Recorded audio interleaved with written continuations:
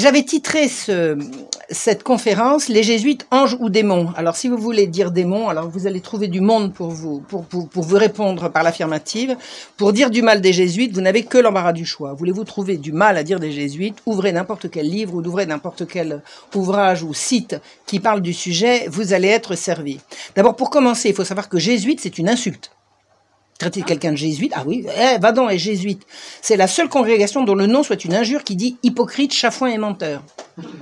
Si vous dites quelqu'un jacobin ou n'importe, enfin, ça, franciscain, non. Jésuite, oui. Jésuite, c'est une insulte. Alors, si vous voulez un concentré d'imbécilité sur les jésuites, alors là, vous avez un truc, il y a pratiquement tout dessus, c'est extraordinaire. Elle s'appelle les brigandes. Ce sont des chanteuses qui avancent masquées, alors, bon, bref. Elles ont fait une chanson, enfin elles ont interprété une chanson qui s'appelle Le Rat Jazz. Alors le rat Jazz. Alors déjà, je supporte pas les voix de Cressel et bon, elles ont été un temps relayées par la dissidence, c'est comme ça que je les ai connues. La chanson, je vais dire tout le mal de penche de la chanson est moche, elle est horrible, elle est mal faite, mais elle résume à peu près ce qu'il faut savoir des jésuites d'après ces gens, c'est les guerres, les révolutions, les meurtres, les cataclysmes, la bombe atomique, le nouvel ordre mondial et même le Titanic, c'est eux. Ils ont oublié les fautes d'orthographe. Alors, j'ai trouvé également sur leur site une vidéo qui fait plus sérieux. Alors là, les filles, on les voit se promener avec des grands masques. Et puis on voit un type avec une espèce de masque de rat, le rat Jazz. Mais elles ont fait, pour faire un peu plus sérieux, sur une chaîne qui s'appelle Radio Brigande, une espèce d'interview qui fait plus sérieux avec un monsieur bon chic, bon genre, une des brigandes et un intervieweur. Mais c'est le même ramassis d'imbécilité, mais c'est des âneries, mais c'est à couper au couteau, c'est effroyable. Alors, il ou elle, je me souviens plus, ça doit être il. Alors, ils prennent dans cette interview un point de vue catholique. Ils sont le point de vue catholique romain. Les jésuites, ce sont de mauvais catholiques. Et là, on défend l'Église. Alors, ils disent bien qu'il faut distinguer les jésuites des catholiques romains.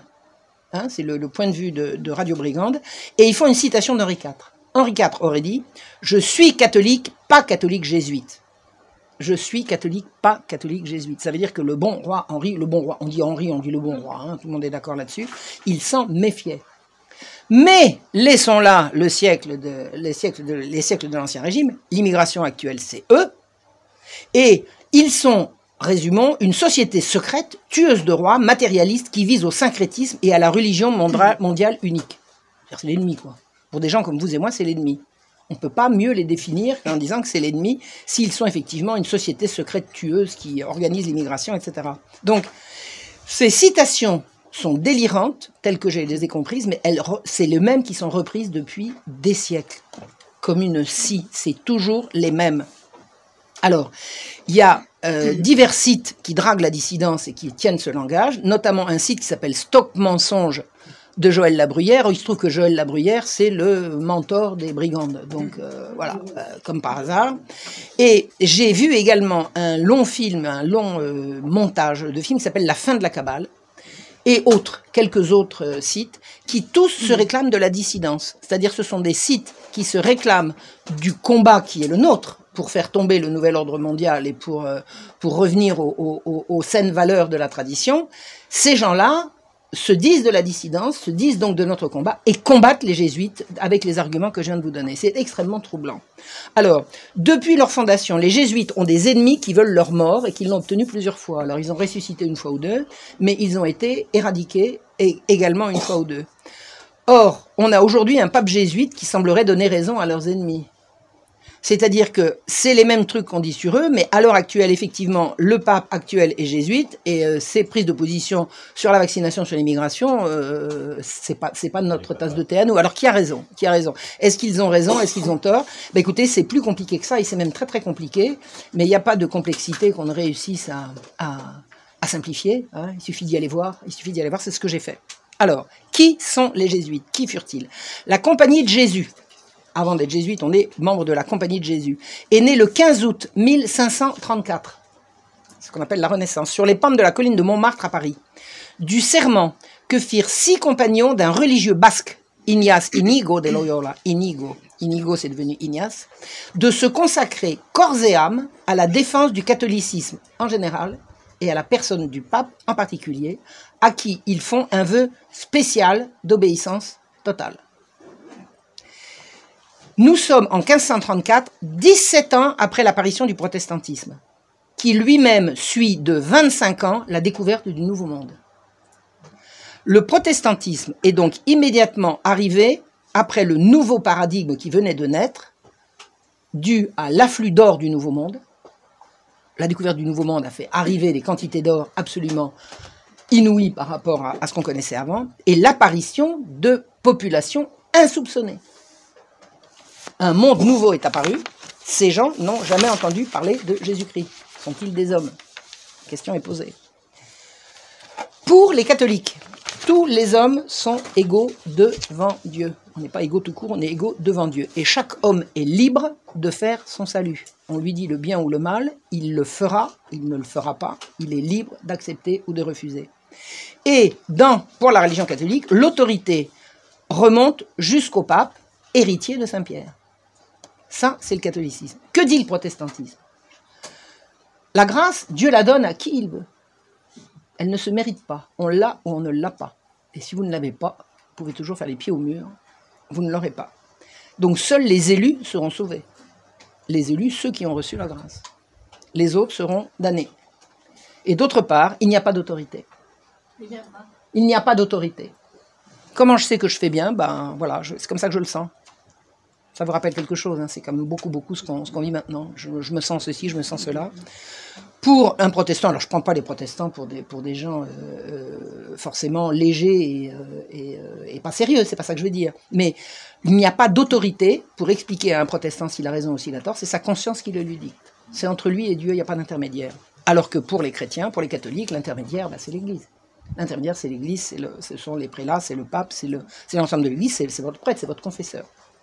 Alors, à cette époque, défendre le pape, ce qu'ont décidé de faire les jésuites, c'est défendre l'Église catholique, apostolique et romaine contre cette nouvelle hérésie. Le protestantisme est une hérésie.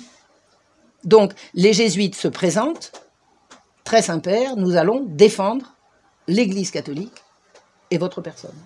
Alors, c'était en 1534, et 6 ans plus tard, le pape, en 1540, le pape Paul III approuve l'association qui va devenir la Compagnie de Jésus. C'est-à-dire, à peine 6 ans après leur serment, après leur vœu, le pape les reconnaît, les approuve. Alors, ils ont décidé d'aller évangéliser le monde non chrétien, c'est-à-dire c'est ça l'apparition du Nouveau Monde. Nous avons maintenant connaissance de populations entières qui n'ont jamais entendu parler de notre Seigneur, nous allons le leur faire connaître. C'est ça. C'est l'évangélisation du monde non chrétien. Mais les jésuites vont également se répandre dans le monde chrétien, à qui ils vont donner l'enseignement.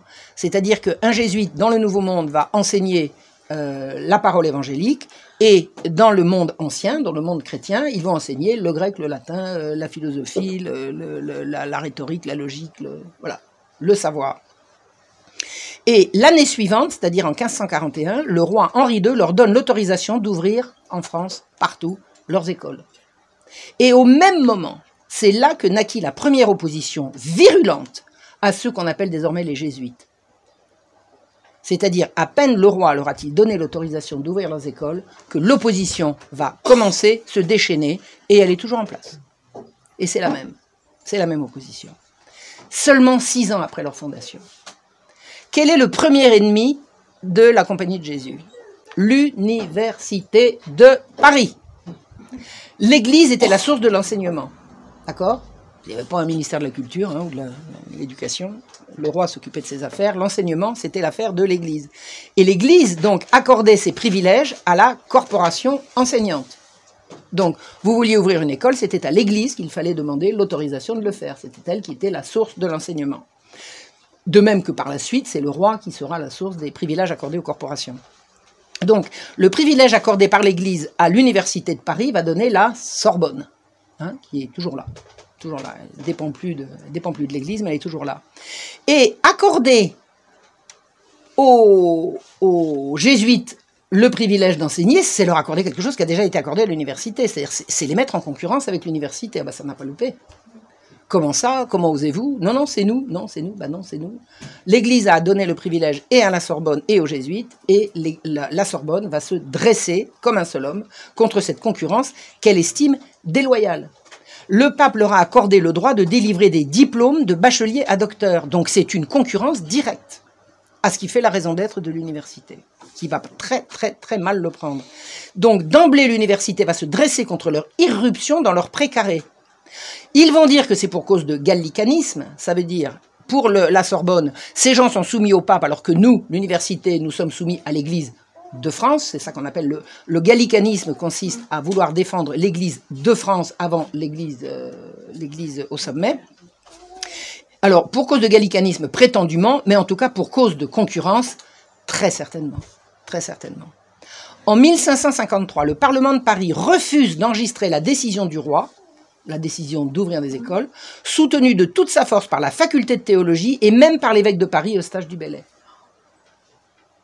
Ils n'ont pas que des amis, on va dire. Hein. Qu'est-ce qu'ils ont comme amis, là? Le pape et le roi. Tout le reste est contre eux. Le supérieur des Jésuites de Paris écrit à Ignace: « Le doyen de la faculté de théologie vient de me dire que nous n'obtiendrions rien d'elle parce que nos privilèges ne sont pas éprouvés par l'Église, c'est-à-dire par un concile. » Alors, vous entendez ce que ça veut dire, ça? Pour ces gens-là, l'Église, c'est pas le pape, c'est un concile. Et croyez-moi, cette opposition, elle est basique, elle est essentielle à comprendre. Et ça durera jusqu'à la Révolution. Pour eux, l'Église, c'est un concile. Le pape vient après. C'est du protestantisme, qui ne se dit pas son nom, mais ça s'appelle en fait le gallicanisme. C'est-à-dire, c'est l'Église de France. L'Église de France se réunit, elle prend une décision, le pape, il n'est pas d'accord, ben, tant pis pour lui. Tant pis pour lui.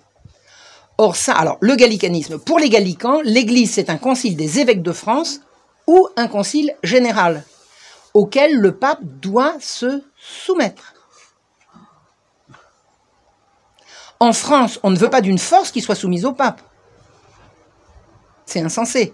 Comment ça? Soumis seulement au pape, et ils ne vont pas obéir à nos lois à nous? Allons donc. Pas de ces gens-là.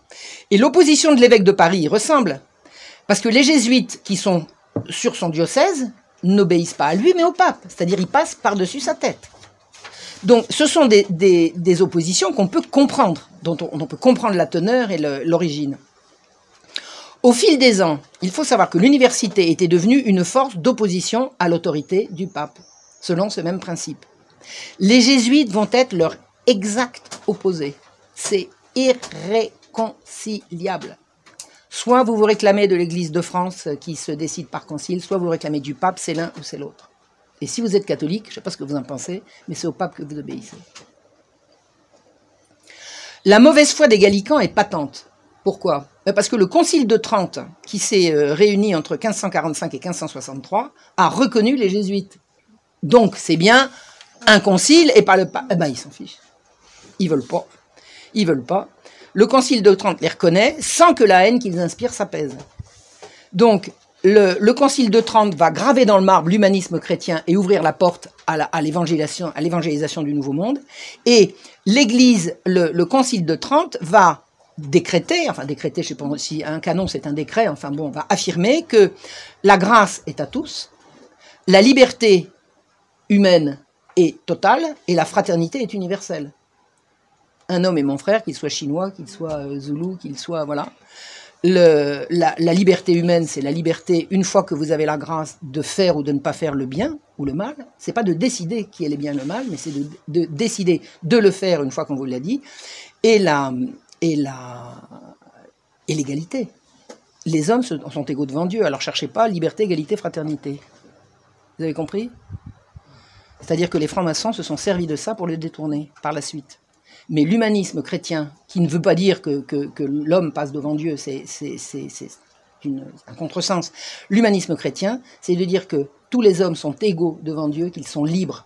Ils sont libres, ils ne sont pas déterminés, ils sont libres de faire ou de ne pas faire, et ils sont à égalité, frères devant Dieu, quel que soit leur lieu de naissance et quel que soit le lieu où ils prospèrent. Alors, il y a un précédent célèbre à ces prétentions de l'université de régenter l'Église. Alors, je vais vous en donner un qui va vous évoquer quelque chose. Au temps de Jeanne d'Arc. Alors, c'était quand même avant, hein, c'était 80 ans avant. peut-être un peu plus. L'université revendiquait la suprématie auprès de toute la chrétienté, pape compris. Et c'est l'université qui a mis tout en œuvre pour que Jeanne soit jugée pour la foi et par eux. Pour la foi, c'est-à-dire comme hérétique, et par eux, c'est-à-dire pas par quelqu'un d'autre, uniquement par eux. Tout le monde ne l'entendait pas ainsi. Quand on a demandé à Jeanne d'abjurer ses erreurs, elle a répondu « Je m'en remets au pape ». Réponse des juges. Il faut que vous vous soumettiez à notre mère sainte Église et que vous teniez ce que Claire et Jean se connaissant ont dit et déterminé de vos dits et faits. Je traduis. Claire et Jean se connaissant, ce sont les membres de l'université, à côté desquels la vie d'un pape devient accessoire. Il faut que vous vous soumettiez aux gens qui savent, c'est-à-dire nous. N'allez pas nous embêter avec votre pape. Il n'a rien à voir ici. C'est ça que ça veut dire. C'est-à-dire, pourquoi est-ce que l'université le revendique? Parce qu'elle est la science, elle est le savoir, elle est ce qu'on appelle les sachants. Et les sachants sont supérieurs aux ignorants, comme c'est bien connu. Donc, c'est au titre qu'elle est la science et le savoir que l'université a autorité pour dire le bien, le mal, le vrai, le faux, le juste et l'injuste. Mais ça, je suis désolé, c'est l'Église qui dit ça, c'est pas l'université. Et l'université n'est pas l'Église. L'université se considère comme la dépositaire des clés données à Saint-Pierre. Excusez du peu. Excusez du peu. Elle est plus royaliste que le roi, elle est plus chrétienne que le pape, bouffie d'orgueil et d'ambition. Elle a pris le parti de l'Angleterre dans la guerre en cours, et elle ne va pas laisser une Jeanne d'Arc qui a fait sacrer le roi de France s'en rapporter au pape et se dire envoyée de Dieu. Donc, si elle se dit envoyée de Dieu et qu'elle a fait sacrer le roi de France et qu'elle s'en rapporte au pape, il est bien évident qu'elle dérange ces messieurs. Donc, il faut absolument se débarrasser d'elle. Il faut se débarrasser d'elle. Donc, l'université a combattu en même temps et avec la même fureur les prérogatives du pape et Jeanne la Pucelle. C'est un seul et même combat pour eux. D'accord? Et les ennemis, c'est par les ennemis acharnés de l'autorité pontificale que Jeanne a été condamnée. Et pas par l'Église. J'ai fait une conférence, enfin une petite intervention récemment, le jour de la fête de Jeanne d'Arc, invitée par Civitas, et c'est ça que j'ai dit.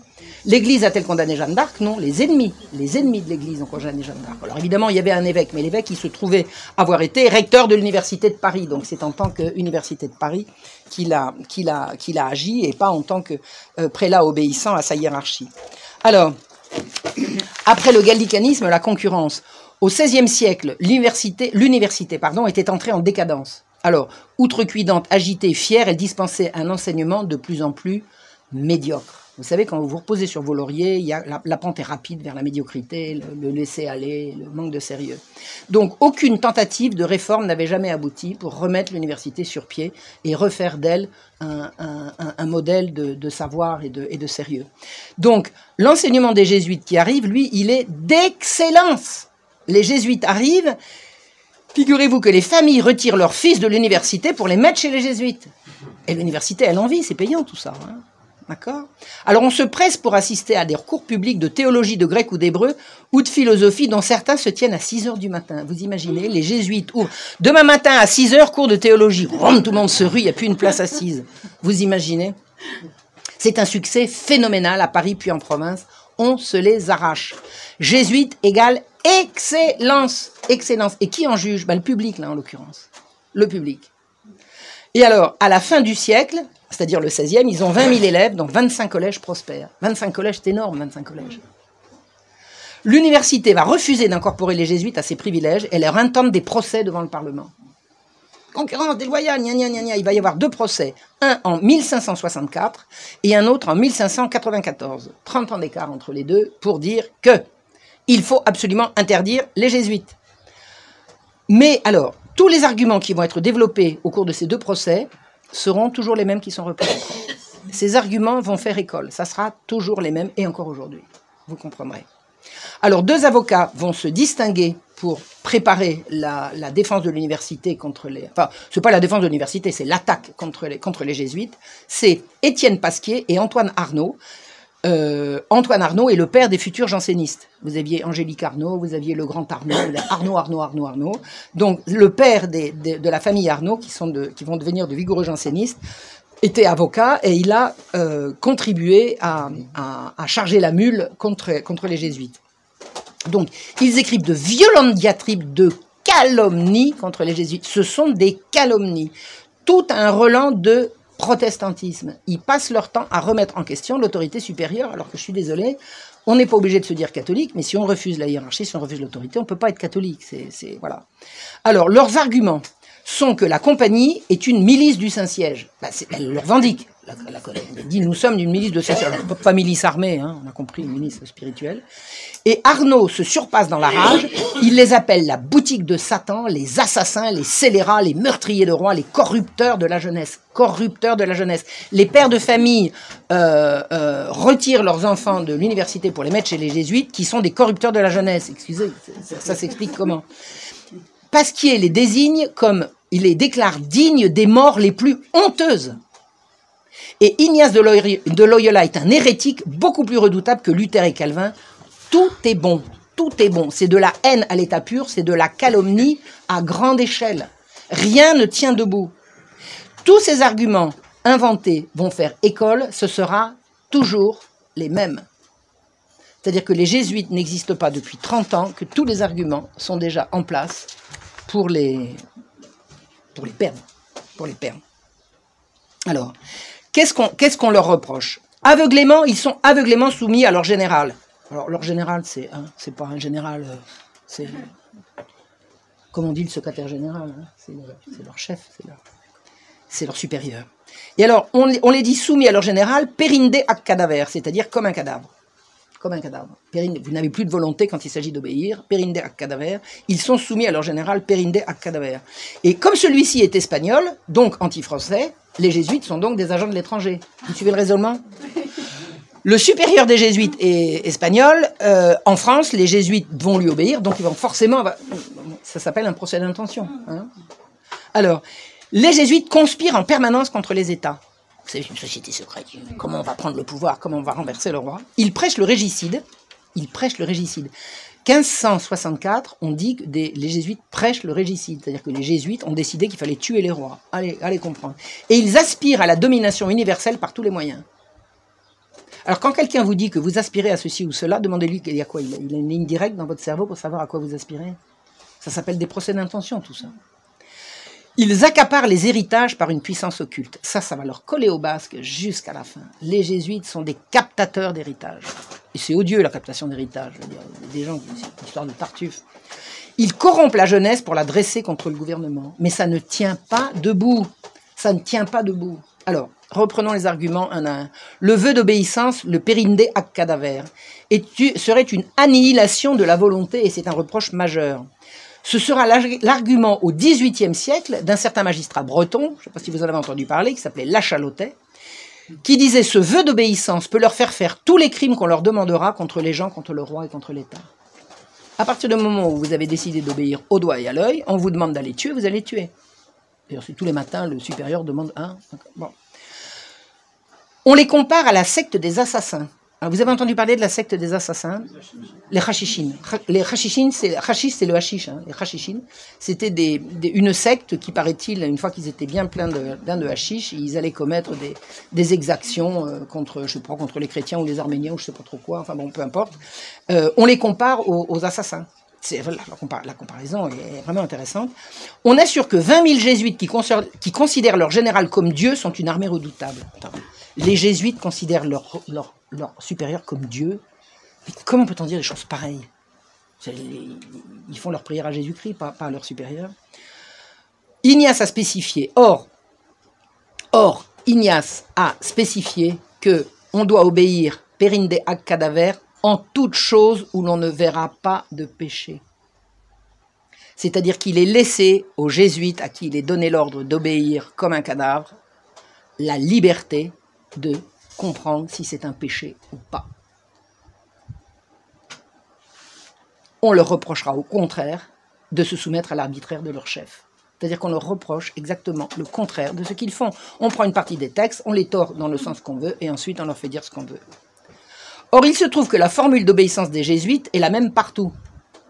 Est-ce que vous croyez qu'un soldat à l'armée, il peut obéir à un ordre s'il a envie ou s'il n'a pas envie ou que non? Et même si l'ordre est inique, le soldat, il obéit. Hein. Même si c'est contre sa conscience, il va le faire quand même, en général. Donc, en plus, tous les ordres religieux connaissent le vœu. tous les ordres de religieux font des vœux. Pourquoi est-ce qu'on s'attaque qu'aux vœux des jésuites? Parce que c'est eux dont on veut la peau. Les autres ordres religieux ne sont pas attaqués. Et les constitutions des jésuites, c'est-à-dire les textes fondateurs de la Société de Jésus, stipulent que la société a autorité et doit surveiller son général. C'est-à-dire qu'on obéit à son général qui obéit au pape, mais le général est sous la surveillance de la comment il appelle ça, de la congrégation générale. Donc rien ne se fait sans le consentement de la compagnie, comme d'accepter une dignité qu'on jugera incompatible avec ses fonctions. Donc le général des jésuites est sous la surveillance de la compagnie.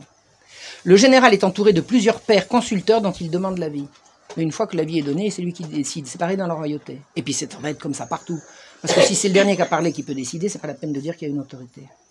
Donc ce conseil qui entoure le général des jésuites est nommé par la congrégation générale, qui est le congrès de tous les jésuites qui nomment le général. Alors où est le danger?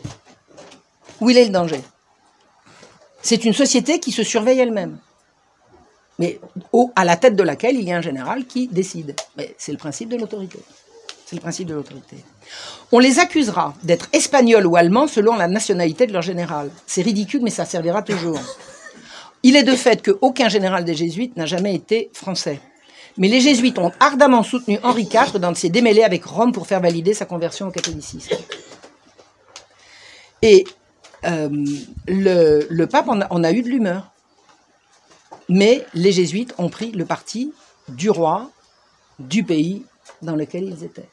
C'est-à-dire qu'ils se sont comportés exactement de la manière inverse de ce qu'on leur reproche de vouloir se comporter. Je reviens sur le discours d'Henri IV au Parlement de Paris le 16 février 1599. Alors, ce discours que j'ai trouvé chez les Brigandes, je l'avais trouvé également dans le portail protestantisme.org. Protestantisme.org, Henri IV, je suis catholique, mais pas catholique jésuite. Tout le monde tape sur les jésuites, alors eux aussi. La citation est celle-ci. Je suis catholique, roi catholique, catholique romain, non catholique jésuite. Je connais les catholiques jésuites, je ne suis pas de l'humeur de ces gens-là, ni de leurs semblables, qui sont des tueurs de rois. Voilà, Henri IV a dit que les jésuites étaient là pour tuer les rois. Il se trouve que j'ai cherché cette citation absolument partout. Elle est introuvable aux archives en France. Elle n'est pas... Je l'ai trouvée à Utrecht. Utrecht. Et c'est une recopie en français d'un texte... traduit de je ne sais pas quoi, probablement du flamand, enfin je ne sais pas. Donc la seule copie, la seule origine de ce texte n'est pas en France. N'est pas en France, et cette citation sert à tout le monde, les protestants et la secte des Brigandes, d'accord? Or, j'ai écrit aux archives à Paris, je leur ai demandé ce qui s'était passé au Parlement de Paris le 16 février 1599. Parce que là, ils vont me dire. Alors, réponse des archives. On sait ce qui se passait ce jour-là au Parlement, on n'a pas parlé des jésuites, et le roi n'a pas dit ça. C'est dire des choses qui ne sont pas vraies. Voilà. Alors, d'où ça vient, d'où ça sort? On sait qu'on a le truc à partir de la Hollande. La Hollande, c'est là où se sont réfugiés énormément de protestants. Et c'est de là qu'ils ont organisé la reconquista de la France. Hein, voilà. Donc, les jésuites ont reconnu le roi Henri IV dès son abjuration du protestantisme. Donc de dire qu'ils sont opposés, enfin je veux dire, c'est insensé. Ils ont soutenu Henri IV auprès du pape et ils l'ont immédiatement reconnu quand il a abjuré. Et Henri IV a été abusé sur les jésuites, mais il a complètement revu sa copie. On lui a raconté des horreurs, il les a crues, ensuite il a réfléchi, il s'est renseigné et il est revenu sur ses premières impressions. Et c'est lui qui a choisi le père Coton pour le confesser et il a fondé pour eux le collège de la Flèche. C'est-à-dire c'est vraiment une façon d'être anti-jésuite. Hein. Il choisit un confesseur jésuite et il leur fonde lui-même un collège. Les jésuites avaient ordre de ne pas se mêler des conflits entre les nations autrement qu'en servant leur patrie. Donc, ils en avaient l'ordre et ils en ont eu la pratique. Donc, toutes les accusations en ce sens sont controuvées. Ce sont des mensonges. Ce sont des mensonges. De toute façon, dès qu'il s'agit des jésuites, ce sont des mensonges en cascade.